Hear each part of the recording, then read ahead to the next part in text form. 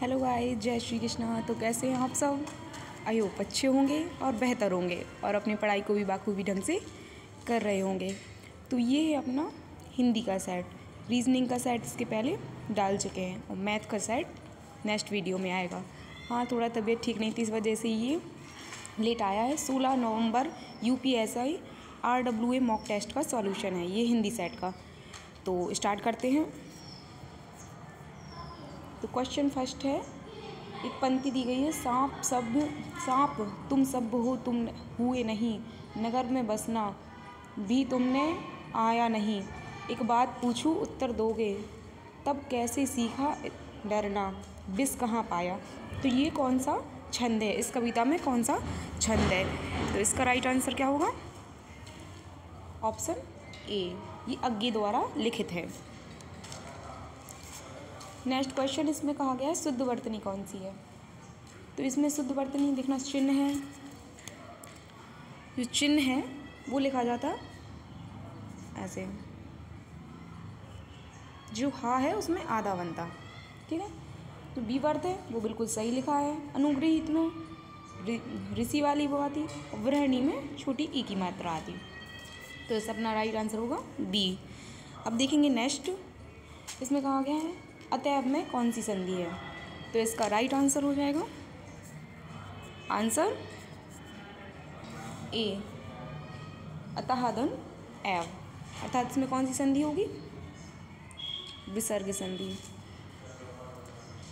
अब देखेंगे नेक्स्ट, निम्नलिखित में से किस अलंकार में शब्द का प्रयोग एक ही बार किया जाता है लेकिन उसके अर्थ अलग अलग होते हैं? मतलब उसमें एक शब्द जैसे पानी है, तो इसमें कौन सा है? रहीमन पानी राखिए, बिन पानी सब सून, और पानी गए न उबरे मोती मानस शून। तो इसमें पानी शब्द का प्रयोग हुआ है, लेकिन पानी शब्द का मतलब जो प्रयोग हुआ है उसके अर्थ अलग अलग बताए गए हैं। तो इसमें कौन सा अलंकार हो जाएगा? श्लेष अलंकार। अब देखेंगे नेक्स्ट, तू डाल डाल में पात पात, इस लोकोक्ति में कौन सा अर्थ है? मतलब इस लोकोक्ति का क्या अर्थ है?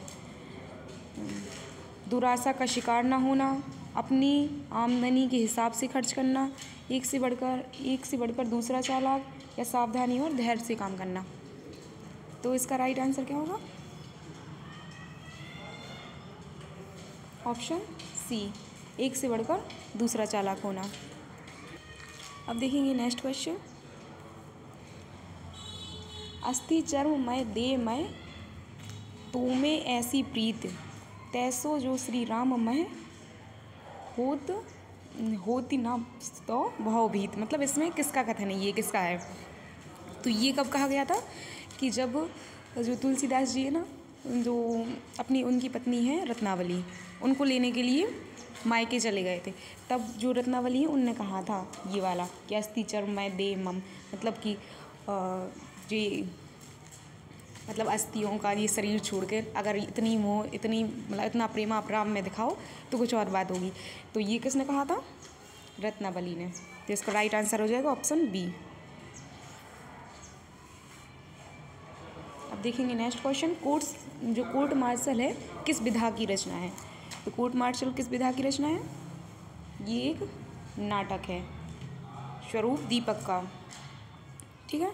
अब देखेंगे नेक्स्ट क्वेश्चन, समय सरगम उपन्यास किसका है? मतलब समय सरगम उपन्यास है वो किसका है, कौन से लेखक? तो ये है कृष्णा शोभिती को। और इनने कृष्णा शोभिती ने एक और इनका उपन्यास है जिंदगी नामा, उसके लिए इनको 1980 में साहित्य अकादमी पुरस्कार भी मिला है। अब देखेंगे नेक्स्ट, चिंतामणि किसके निबंध संग्रह में, मतलब चिंतामणि किसका निबंध है? तो किसका निबंध है? ऑप्शन बी, रामचंद्र शुक्ल का। देखेंगे नेक्स्ट, मूर्ति देवी पुरस्कार किस संस्था द्वारा प्रदान किया जाता है? तो किसके द्वारा प्रदान किया जाता? भारतीय ज्ञानपीठ, जो भारतीय ज्ञानपीठ पुरस्कार दिया जाता उन्हीं के द्वारा मूर्ति देवी पुरस्कार दिया जाता। और इसकी जो स्थापना हुई थी कब हुई थी? 1961 में हुई थी इसकी स्थापना। अब देखेंगे नेक्स्ट, जो बचन अमृत समस्त पद का विग्रह क्या होगा? तो इसका विग्रह क्या होगा? जो वचन की विशेषता बताई जा रही, तो क्या होगा? वचन रूपी अमृत। तो इसका राइट आंसर होगा ऑप्शन बी। ऑप्शन सी, इसका राइट आंसर होगा ऑप्शन सी। अब देखेंगे नेक्स्ट, भारतीय सांस्कृतिक संबंध परिषद की पत्रिका का नाम क्या है? जो भारतीय जो सांस्कृतिक संबंध परिषद है ना, उसकी जो पत्रिका है उसका नाम क्या है? तो इसका राइट आंसर होगा सी, गंगांचल। देखेंगे नेक्स्ट, कौन सी बोली बिहारी हिंदी के अंतर्गत नहीं आती है? तो कौन सी बोली नहीं आती है? जयपुरी, क्योंकि जयपुरी राजस्थान हिंदी के अंतर्गत आती है। राजस्थान हिंदी उपभाषा है और इसकी बोली किसके अंतर्गत आएगी? सौरचैनी अपभ्रंश के अंतर्गत। और बिहारी हिंदी तो मागधी अपभ्रंश के अंतर्गत आ जाएगी। ठीक है, तो देखेंगे नेक्स्ट, ये लिखा है रिक्वेजिशन का पर्याय क्या है, मतलब इसका अर्थ क्या है? तो इसका अर्थ क्या हो जाएगा? मांग, ऑप्शन ए। अब देखेंगे नेक्स्ट क्वेश्चन, मानव आदिकाल से ही फिल इन द ब्लैंक के फिल इन द ब्लैंक पर चला आ रहा है। तो राह, इसको मतलब आप लोगों को ऑप्शन के अकॉर्डिंग फिल कर करके देखना कि कौन सा मतलब सुटेबल होगा ऑप्शन। तो मानव आदिकाल से ही प्रगति के राह पर, तो गलत हो जाएगा। जो मानव है वो आदिकाल से ही पथ के प्रगति पर, तो ये भी गलत हो जाएगा। अब इसको थर्ड ऑप्शन को रख के देखेंगे, मानव आदिकाल से ही प्रगति के पथ पर, तो क्या हो जाएगा? अपना राइट आंसर होगा ऑप्शन सी। अब देखेंगे नेक्स्ट, निम्नलिखित वाक्यों में से एक वाक्य शुद्ध है। तो देखो, अब पढ़ेंगे, उसने मिष्टान्न खरीदा, भोजन बहुत गरिष्ठ था, पंत जी की पष्टि पूर्ति पर रूपाम्बरा कृति भेंट में दी गई, आपका आप तो अंतर्ध्यान हो गए। तो इसमें है अंतर्ध्यान गलत लिखा है, इसमें रूपाम्बरी की कृति गलत लिखी है, इसमें गरिष्ठ की जगह क्या होता? स्वादिष्ट। तो इसका राइट आंसर क्या होगा? Option A. चूकी के साथ दूसरा उपवाक्य कैसे जोड़ेंगे? जैसे कि आप लोगों ने मैथ में अगर 8 तक मैथ पढ़ी है तो उसमें क्या ऐसे सवाल आते हैं ना कि चूँकि 10 + 8 बराबर 18, इसलिए 5 + इतने बराबर इतना। तो चूँकि का आप लोग किससे जोड़ते थे? इसलिए से। तो इसका राइट आंसर होगा ऑप्शन बी। अब देखेंगे नेक्स्ट क्वेश्चन, इनमें से कौन सा विकल्प असंगत है? हरी + बाली क्या होगा? हरिवाली। अभी + यान, अभियान सही है। उप + हार, उपहार सही है। पत्थर + ईला, पथरीला। तो ये तो तीनों सही है। तो इसका राइट आंसर क्या होगा? ऑप्शन ए, हरी + वाली। तो हरी + आली होगा, ना कि बाली। अब देखेंगे नेक्स्ट, इनमें से कौन सा विकल्प, ये सेकंड टाइम आ गया तो इसका यही हो जाएगा ऑप्शन ए। नेक्स्ट देखेंगे, निम्नलिखित विकल्पों में से पृथ्वी से संबंधित रखने वाला, तो पृथ्वी से संबंधित रखने वाला क्या हो जाएगा? पार्थिव। ठीक है, तो इसका राइट आंसर क्या होगा? Option b. अब देखेंगे नेक्स्ट क्वेश्चन, सही अर्थ वाला शब्द युग्म में नहीं है। तो देखो, अनिल का हवा होता और अनल का आग होता, तो ये सही है। अली का भौरा होता और अली का सखी होता, तो ये वाला भी सही है। अब सखी आदि और आदि का आरंभ और व्यस्त होता है, तो ये वाला भी सही है। लेकिन जलज का तो कमल होता है, लेकिन जलद का क्या होता? बादल। तो ये वाला गलत होगा। अब देखेंगे नेक्स्ट, इनमें से कौन सा शब्द खराबी का मतलब अर्थ नहीं है? तो बेकार, उनकी कोई चीज़ बेकार हो गई, मतलब बेकार हो गया, उसमें बेकार हो गया, फूटन मतलब ख़राब हो गई वो चीज़। उसमें दोषपूर्ण मतलब दोष हो गया, कोई भी दोष है उसमें तो ख़राब है। या फिर अवगुण है तब भी ख़राब है। लेकिन नकल ख़राब मतलब नकल ख़राब का अर्थ नहीं है। ठीक है, तो इसका राइट आंसर क्या होगा? Option c. अब देखेंगे नेक्स्ट, निम्न में से चंद्रमा का पर्याय है? मुरारी, निशान, मयंक या निलय। तो चंद्रमा का पर्यायवाची क्या हो जाएगा? मृगांक।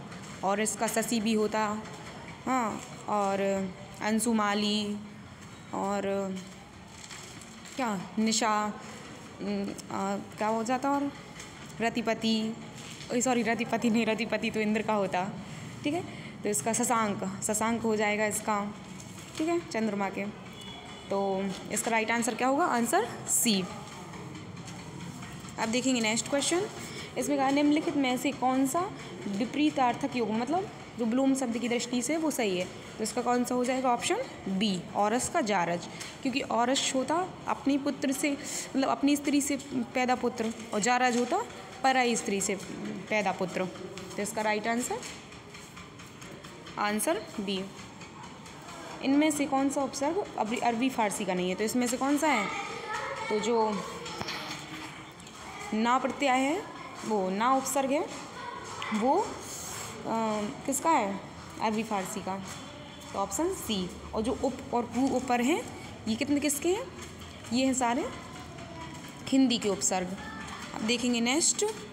इसमें सालवन्य का तद्भव है, तो सालवन्य का क्या हो जाएगा? शलोना। तो इसका तद्भव क्या हो जाएगा? शलोना। लवण तो पहले ही से ही तत्सम है, लेकिन इसका जो वो हो जाएगा तद्भव हो जाएगा, वो हो जाएगा नॉन। नॉन भी नमक बोलते हैं ना, वही वाला नॉन। तो इसका ऑप्शन क्या होगा? सी। अब देखिए निम्नलिखित में से कौन सा शब्द देशज है? देशज मतलब जो देश में जन्म हुए, किसी भी मतलब एक जो मतलब एक ही जगह पे बोले जाते हैं, जो पूरे में प्रचलित नहीं है, जो सिर्फ एक ही जगह में बोले जाते हैं, वो कौन कौन से शब्द होते हैं? तो इसका क्या हो जाएगा? जैसे फटफटिया है, तो जो गाड़ी होती है ना, तो गाड़ी को बोलते हैं फटफटिया, ठीक है। मतलब बोले लगते ऐसे गाड़ी फटफटिया, कोई फटफट करके आवाज़ कर रही हो तो उसको बोले लगते फटफटिया। तो इसका राइट आंसर क्या होगा? Option c. अब देखेंगे नेक्स्ट क्वेश्चन। बच्चे बस से पाठशाला जाते हैं, तो इसमें कौन सा कारक होगा? तो कौन सा होगा? बस से। तो बस आधार है ना, बस आधार है, तो बस से जा रहे हैं, तो कौन सा हो जाएगा? करण कारक। मतलब एक साधन है, सॉरी आधार नहीं, साधन है एक, कहीं से कहीं तक जाने का। से आ गया तो करण से। तो इसका राइट आंसर होगा ऑप्शन बी। अब देखेंगे इनमें से सामान्य वर्तमान काल का। सामान्य वर्तमान काल, तो इसका मतलब प्रेजेंट इंडेफिनिट। और प्रेजेंट इंडेफिनिट की पहचान क्या होती थी? जिन वाक्यों के अंत में ता है, ती है, ठीक है। तो इसका राइट आंसर क्या हो जाएगा? वह कलकत्ता जाता है। Next question. दिए गए सम्राट का स्त्रीलिंग क्या होगा? सम्राट का स्त्रीलिंग होगा साम्राज्ञी। क्या होगा? साम्राज्ञी। Option C. क्या होगा? ऑप्शन सी, साम्राज्ञी। आपस में झगड़ा मत करो, इस वाक्य में मतलब किस प्रकार का क्रिया विशेषण है? तो आपस में झगड़ा मत करो, क्या ये संख्या बता रहा? तो इसका मतलब ये मतलब किसी के स्थान के बारे में बता रहा, तो स्थानवाचक नहीं होगा। तो आपस में झगड़ा मत करो, कैसे मत करो? आपस में मत करो, तो क्या हो जाएगा? ऑप्शन बी, रीतिवाचक। अब बेताल पच्चीसी किस विशेषण का मतलब किस विशेषण का उदाहरण है? बेताल पच्चीसी एक ग्रंथ है जिसके अंतर्गत काफ़ी सारी मतलब और भी कहानियाँ हैं। तो किसके? समुदायवाचक। किसका हो जाएगा? समुदायवाचक। तो इसका राइट आंसर क्या होगा? Option D. जातिवाचक संज्ञा सर्वनाम विशेषण क्रिया अव्यय शब्दों के मतलब किस इनसे क्या बनता है? तो भाववाचक संज्ञा। क्योंकि भाववाचक संज्ञा कितने प्रकार से बनाई जाती है? 5 प्रकार से। जातिवाचक सर्वनाम से भी बनती है, विशेषण से भी बनती है, क्रिया से भी बनती है और अव्यय से भी बनती है। तो इसका राइट आंसर क्या होगा? Option A. अब देखेंगे नेक्स्ट क्वेश्चन। किसी अक्षर या शब्द पर विशेष पद लेने के लिए, जैसे कि कोई भी इस पे से कोई वाक्य लिखा, मतलब जैसे किसी ने बोला होता, जैसे कि तुम मुझे खून दो मैं तुम्हें आज़ादी दूंगा, तो ये तो ज्यों का त्यों लिखना है, तो डबल मतलब इन्वर्टेड कॉमा, उद्धरण चिन्ह। और अगर मतलब कोई ऐसा बात कही है तो मतलब खुद कुछ लिख रहे हो और किसी को हाईलाइट करना है, तो कौन सा आएगा? एक हरा। कौन सा आएगा? एक हरा उद्धरण चिन्ह। और दोहरा आता जब ज्यों की त्यों किसी की बात को किसी मतलब लिखा जाता है।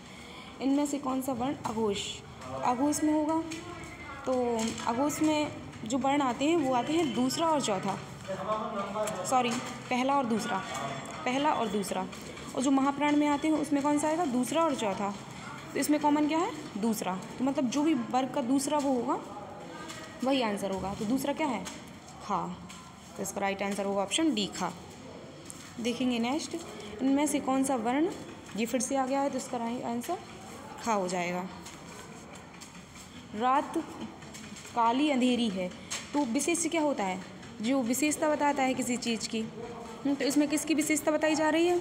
कि रात काली अंधेरी है, तो रात की विशेषता बताई जा रही है ना। इसमें किसकी विशेषता बताई जा रही है? रात की। इसका विशेष क्या होगा? रात। Option A. इसमें कहा गया भक्ति रस के प्रतिष्ठापक मतलब आचार्य कौन है, जिसने भक्ति रस का जो आचार्य हैं वो कौन है, कौन माने जाते हैं, रूप गोस्वामी। आंसर ऑप्शन ए रूप गोस्वामी। देखिए कौन सा बहुब्रीहि समास के अंतर्गत है। बहुब्रीहि समास क्या होता है कि जिसमें ना प्रथम पद प्रधान हो ना ही द्वितीय पद प्रधान हो, कोई अन्य मतलब अन्य अर्थ निकले वो प्रधान हो। तो इसका राइट आंसर क्या होगा, ऑप्शन ए, क्योंकि जो वीणा पाणी होती तो वीणा को धारण करने वाली कौन होती, अर्थात सरस्वती माता। तो इसका क्या हो जाएगा, ऑप्शन ए। दो माता में क्या हो जाएगा, जिसकी दो माता हो, और दो माता में कौन सा हो जाएगा, संख्या आ रही ना, तो द्विगु समास हो जाएगा। लाल पीला, लाल और पीला मतलब इसमें दोनों विशेष है। द्वंद्व समास में क्या होता कि जिसमें दोनों ही पद प्रधान हो, तो लाल पीला। और विद्यावास में विद्या का अभ्यास मतलब तत्पुरुष समास। नेक्स्ट ये एक वो है गद्यांश है, तो इसको पढ़ेंगे। इसके पहले क्वेश्चन पढ़ेंगे, ईर्ष्या का काम क्या है। क्या कहा, ईर्ष्या का काम क्या है। तो इसमें क्या लिखा, ईर्ष्या का काम जलाना है। तो पहले ही लाइन में तो इसका आंसर सी हो जाएगा।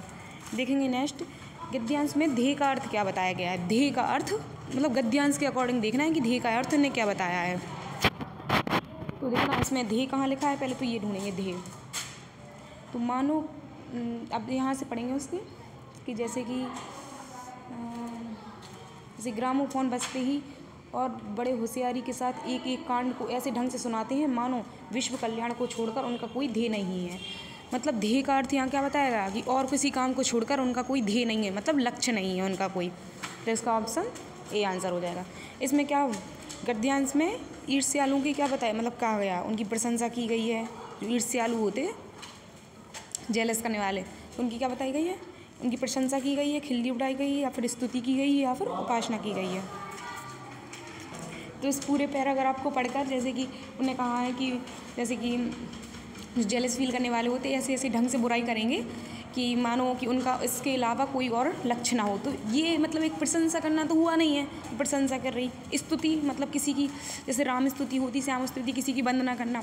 उपासना मतलब किसी की पूजा पाठ करना। तो इसमें ये सब तो हो नहीं रहा है ना, तो इसका राइट आंसर क्या हो जाएगा, ऑप्शन बी। उसकी खिल्ली उड़ाई जा रही कि ऐसे होते हैं जेलस फील करने वाले। तो ये हुआ आपका पूरा हिंदी का सेट। नेक्स्ट सेट आएगा शाम को 6 बजे, तो उसके लिए रेडी रहना। और अगर वीडियो अच्छी लगी हो तो लाइक करें, शेयर करें एंड सब्सक्राइब करें। Thank you guys.